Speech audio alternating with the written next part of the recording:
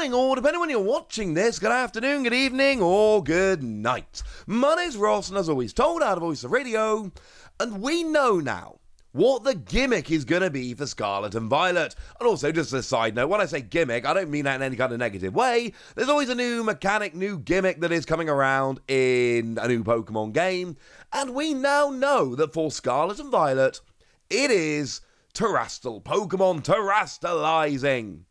The other thing we know is that when these new gimmicks come around, they are always represented in some way in the Pokemon trading card game. Now, what essentially happens with terastalizing is that you take your regular Pokemon, make it look like it's made out of crystal, and put something that represents their typing on their head. So, for instance, Sprigatito here gets a flower, Quaxley gets a little fountain, and Fuecoco gets a candle stack chandelier. Call it what you will. And this is very, very lovely.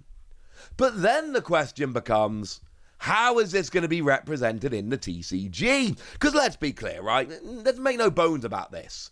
It is going to be represented in the TCG.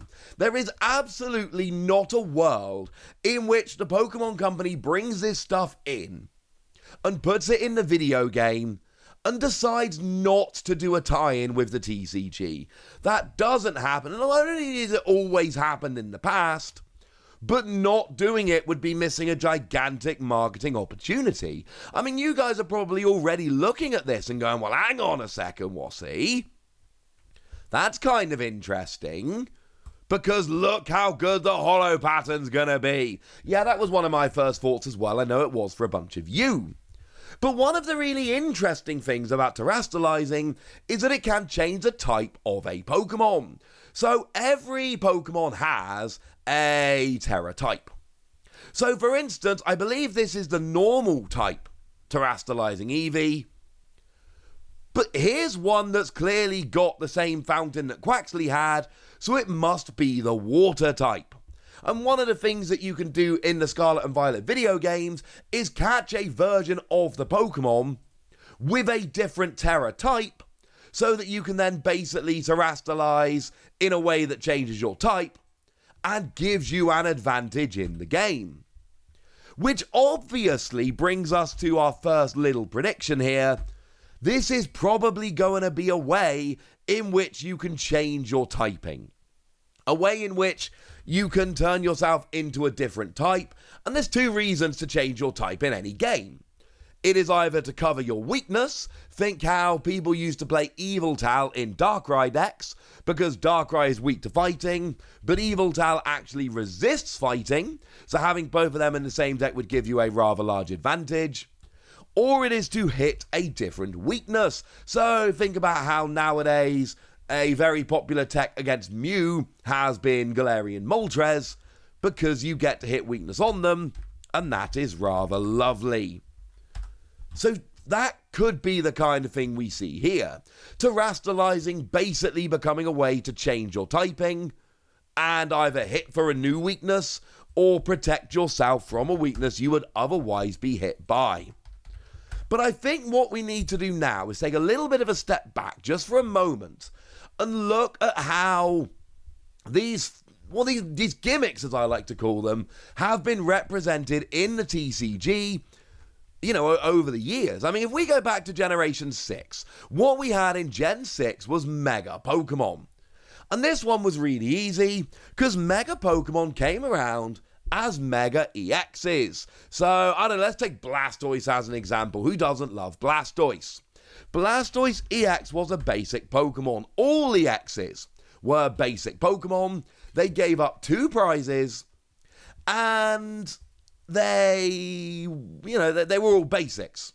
So they were big basics, gave up 2 prizes, and what they did with Mega Pokemon was they actually gave us a new way. It was just a card you put on top of the EX, still gave up 2 prizes, but it was a new card. You didn't keep the attacks and abilities of the previous card. You gained more HP, and you got new attacks. You did not keep the old attacks. That was very, very important. But it also ended your turn. which was very, very important. Now, Blastoise actually terrible example to use, because it didn't for a while have a Spirit Link, although in Evolutions it did then finally get a Spirit Link and everything was good. But you had to attach a Spirit Link tool in order to Mega Evolve without ending your turn. But this didn't come around initially. The first few sets had Mega Pokemon without Spirit Links. Nobody really played any of them other than Kangaskhan, and Pokemon introduced Spirit Links basically as a way to get people to actually play some of these Mega Pokemon. And I'll be honest with you, it didn't go quite as well as we might like. You don't get me wrong, some Mega Pokemon did see play, but shall we say not as many as we might have liked. Now in Gen 7 we got into GXs, and GXs were regular Pokemon, but they went up and gave out an extra prize. But they did of course have their once per game GX attack, which was how they brought Z moves into the trading card game. In the video game you had your Z moves, which were, your once per game big attack.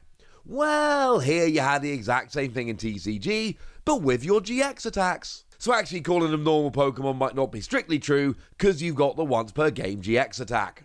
So, we didn't get a Blastoise GX, unfortunately. We got a tag team, but that's a different thing. So, let's take something like Lunala GX, one of the first ones we ever saw. It is a Stage 2 Lunala that you evolve onto a Stage 1 Cosmoem exactly as you would a regular Lunala. But now it's a GX and it gives up 2 prizes. There was nothing really that different about GXs other than the fact that they gave up 2 prizes, and they were obviously very powerful, but they still went up and evolved in the same way as regular Pokemon did. And then when we got to Gen 7, we got our VMAXs, VMAXs being the representation of Dynamax and Gigantamax in the TCG. And these, again, we'd gone back. So Pokemon V were entirely basic Pokemon, just like we saw with EXs, as an example. So we could take something like Inteleon as an example, one of your first partner Pokemon. Inteleon is a Stage 2 Pokemon, but the Pokemon V was a basic, and then the VMAX, you just evolved onto it. Vs gave up 2 prizes. VMAXs actually gave up 3 prizes, which was a very interesting, it was a very interesting way to do the mechanic, although not everyone was delighted with the fact that they gave up 3 prizes, I think it's fair to say. So that was kind of a different way of doing things. But it was also incredibly reminiscent of the way we did Mega Pokemon. It's why I wanted to go back to Gen 6. Because actually, we've still got a basic Pokemon that you evolve up. You don't end your turn evolving up, yay! But you do give up a 3rd prize. That was really the difference between them. We're not instantly looking at V-Star because that wasn't Dynamax, Gigantamax, and that's what we're looking at here. So my point then becomes, how are they going to deal with this? And we have 2 options. We've either got just basic Pokemon that are a different type, or a new style of evolution that is a way of, giving us an extra stage, but now we're terastalizing. So we can have just a regular colorless Eevee, and then the terastalizing Eevee goes on top of it, but is a different type. Obviously, with evolving Pokemon, instead of going into a Stage 2 from a Stage 2, you could choose from the different Stage 1s as an example. But the changing your typing is very interesting because, of course, if you go back far enough, we've got Delta Pokemon. And Delta Pokemon were very, very interesting because Delta Pokemon were basically your regular Pokemon, or Delta species they were actually called, and they were your regular Pokemon, except they had a different type. The difference here is the entire line would actually end up with that different type. So, for instance, we could look at something like, let's take Flygon as an example. Flygon is not a psychic Pokemon, but Flygon EX was. But Trapinch was a psychic Pokemon, and Vibrava was a psychic Pokemon, so the entire line was different typings. which I found very, very interesting. That's not to say that's exactly what's going to happen. Again, I wouldn't expect it to go quite that way, because the expectation here would be that you would start off with a regular Pokemon and then evolve into a Terastal Pokemon that had a different typing. That would be the kind of thing we would expect to see here. Cannot guarantee that that's actually going to be the case, but that would make more sense. Remember, what you're doing with Terastalizing is you are taking a Pokemon that is a regular type and then turning it into a different type rather than actually replacing it, if that makes sense. We're not starting off with a different type. We're starting off with the regular type and then turning it into a different type. So I think it would work kind of like Delta Species, but only the final evolution would be a different type. Here's the thing, though. I showed you the first partner Pokemon. I showed you Fuecoco and the others, and they can all Terastalize. Every Pokemon in the Pokedex in Scarlet and Violet can Terastalize. What that means is we can't just have the... I suppose we could, but it would be weird to just have the Stage 2 being a Terastal Pokemon, because in the game, the Basic and the Stage 1 and the Stage 2 can all Terastalize. So that actually is what makes me really stop and pause for thought here. Because it's not just like, let's just give a Stage 2 or a Stage 1 that is a Terastal form, because that doesn't represent the game properly. Mega Evolution was easy. Only certain Pokemon could Mega Evolve. Dynamax, to be fair, any Pokemon could Dynamax, but we did focus on the bigger ones, and a lot of, the other forms Gigantamaxing were also seemingly prioritized, except Hatterene. Sorry, that's the only Gigantamax Pokemon that doesn't have a card yet. So I don't know. That would be an answer. One answer would be, ignore the smaller Pokemon, just do Terastalizing Pokemon as the final evolutions, kind of like with Dynamaxing, where any Pokemon could Dynamax, but in the game we really just changed it to some. I do think it's interesting to note that Gen 6 had EXs, they're all basics and give up 2 prizes. Gen 7, you had to evolve into the GXs unless they were basics. Gen 8, we went back to Pokemon V that are all basic and give up 2 prizes. I think we're going to go back to proper evolution. This is very much just a prediction, but I do think we are going to go back to, you've got to evolve up properly. You can't just do your thing, so to speak. You can't just... I don't think you're just going to have basic Terastalizing Pokemon or basic Pokemon that then can Terastalize like we saw for Mega Pokemon and for VMAXs. I think they're going to go back to proper evolution. But the fact of the matter is, as I've shown you, there are certain difficulties with Terastalizing, the main one being that any Pokemon can Terastalize. So in the card game, are we going to go the VMAX route and just stick to the big uns, or are we going to use it for littler Pokemon as well? Is it going to be Pokemon instead? Or are we going to have to evolve into the Terastalizing Pokemon? I know that the holo pattern is going to look sick on these cards. And I also know I'm going to have to collect them in Japanese because the yellow border in English is going to ruin them. But there are some other thoughts I have here. Take something like Abomasnow. Abomasnow was one of those Pokemon we had back in the Gen 7 era, where we had Forbidden Light, which was Grass Abomasnow, and then Ultra Prism, which was the exact same Abomasnow, but water.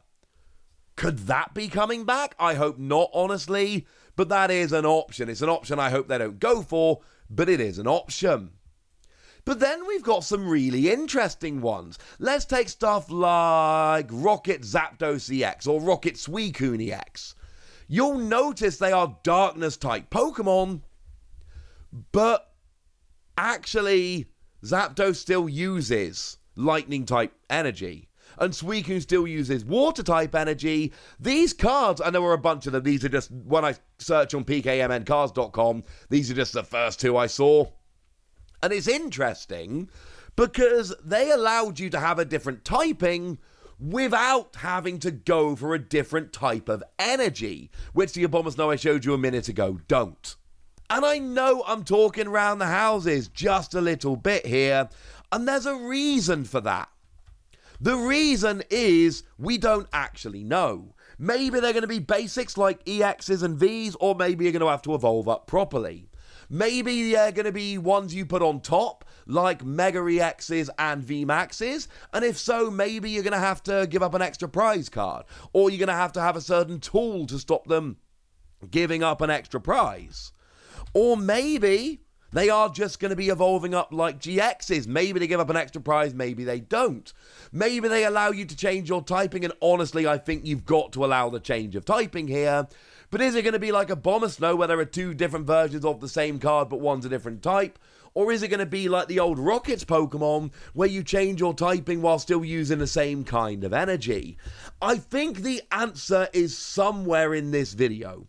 I think it's going to be some combination of factors that I've mentioned, but I think the exact way it puts together is going to be very, very interesting to find out. And as a side note, I think we're going to find out in 2 weeks at the World Championships, and I will bring you a video when that happens. But for now, ladies and gentlemen, I want to know what you think about all of this, and I want to know and I know I always ask for your feedback at the end of videos, but in this video, I really want a prediction from everybody watching. This is one of those videos where even if you don't usually leave a comment, I think this is one of the ones where you need to leave a comment. Go nuts in the comment section, but be nice! And then make sure you like this video, subscribe to this channel, follow me on Twitter at the Wasi. That's where we talk Pokemon and card games and a whole bunch of other card games. And please do consider checking out patreon.com/PTCG Radio, where you can support the channel, get weekly bonus podcasts pretty much, where I answer all your Pokemon or other questions. You can join a Discord where we chat Pokemon, share deck lists, etc. And I give shout outs to lovely people like It's a Coaster, who is a lovely person that is an absolute delight in the Discord at the moment. Thank you for the support and being a lovely person, It's a Coaster. But by far the most important thing as always, look after yourselves till next time, would ya? Thank you very much for watching. My name's Ross, and you've been watching PTCG Radio.